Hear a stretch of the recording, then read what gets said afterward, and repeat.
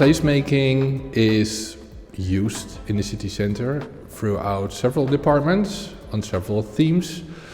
For instance, in the inner city, we did a lot of placemaking to get the city more attractive, one of the main goals we had in the inner city.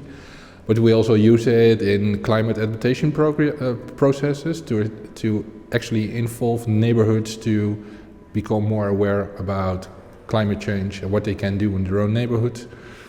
But it's written into policies. We don't have a department place or a department placemaking. So we got placemakers within several organizations within the municipality, and we are trying to embed it in our policies. So it's going to be part of the processes you have to follow in order to achieve something within the city center or in the city. So in Cork City, the way we're approaching placemaking is aiming towards developing a more cohesive understanding of what the principle means. So from my perspective, I represent the community team within the council, and we have been doing placemaking under the guise of community development for many years. So when we began to understand the facets of the placemaking approach, we really recognised those practices and we understood the value. I suppose what has changed in the last few years is that the framework of placemaking has become more prolific across different disciplines and different professional sectors. So our colleagues in strategic planning are very aware of the need to develop an expertise around placemaking. Our colleagues in architecture and urban design understand placemaking through a different lens. And as this becomes a more familiar concept, what we in the City Council want to do is create an organisational understanding of the value of placemaking and also of how we apply it. And I suppose that leads to what the small group from Cork City Council who have been engaging in the Cities in Placemaking programme, what we are trying to do is identify pilot programmes which can demonstrate the cross-organisational significance of placemaking. And so we try to identify small pilots where somebody from almost every directorate in the City Council can become involved in a placemaking approach, lend their expertise and drive a project forward under the banner of placemaking. And in practice, what I feel we hope that will result in is projects, initiatives and places and spaces in the city which are accessible, inclusive, informed by universal design practices, that they draw people into spaces in the city, that they make everybody who works and studies and lives and visits the city see the value of urban living. And of course, we further down the line think about the social determinants of health and the health impacts of healthy spaces and places. But from a day-to-day perspective, we just love the opportunity to animate places in our city that we're proud to live in, and so we see so much potential to add to Cork City. I do placemaking projects in a part of The Hague, actually working on a playground development with the people, and also making a route to more exercise in the public space. And we do that by claiming a part of the public space and give it back to the people.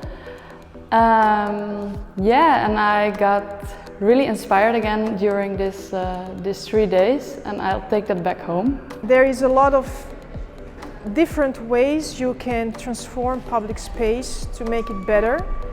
And those ways or the tools can be sometimes very complex and can sometimes be very simple, but they can always address an issue of public space. And the placemaking tools that we have at Placemaking Europe are also very inclusive. They always have a very strong co-design component. So it's not just designers developing a methodology or a tool how to deal with a problem in public space, we do it together with different stakeholders, citizens or the municipal organizations. We are part of a delegation from Trenčín and we are really happy to be here. We really enjoyed meeting everybody else and hearing the case studies of the other cities, and it was great to have some one-on-one time also with the members of the board, and it was a really good kickoff, and we are looking forward to the rest of the program. And we hope that we are going to be able to apply as much knowledge as possible in our own circumstances, especially the Fuck Up Festival. That is a great format. We are going to organize that right away. My impression of the conference so far is that it's been very intense, it's been very wide-ranging, and it's asked an awful lot of questions, which I'm glad to say that we've got a couple of years to try and answer. We have seen great placemaking examples in Rotterdam, and now we have to try and tackle the question of how do we try and replicate that in our city. I don't think it's going to be an easy challenge, but something that we'll give a go. I'm leaving this first session with so much inspiration that placemaking can make systemic changes, that's the way to go, you know. It boosts me with so much energy.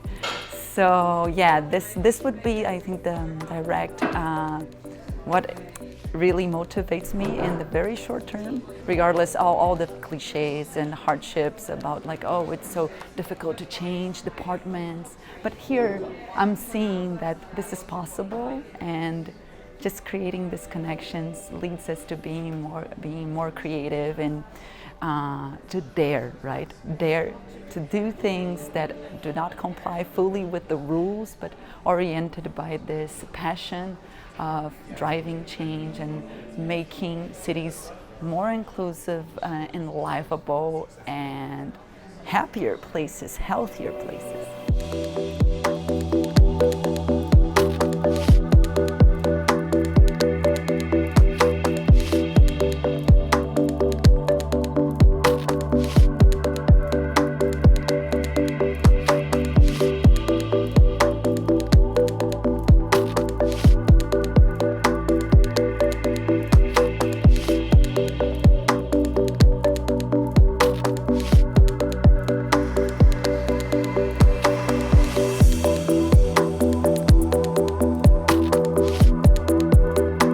In the Citizen Placemaking program, our 13 participant cities are committing to commit.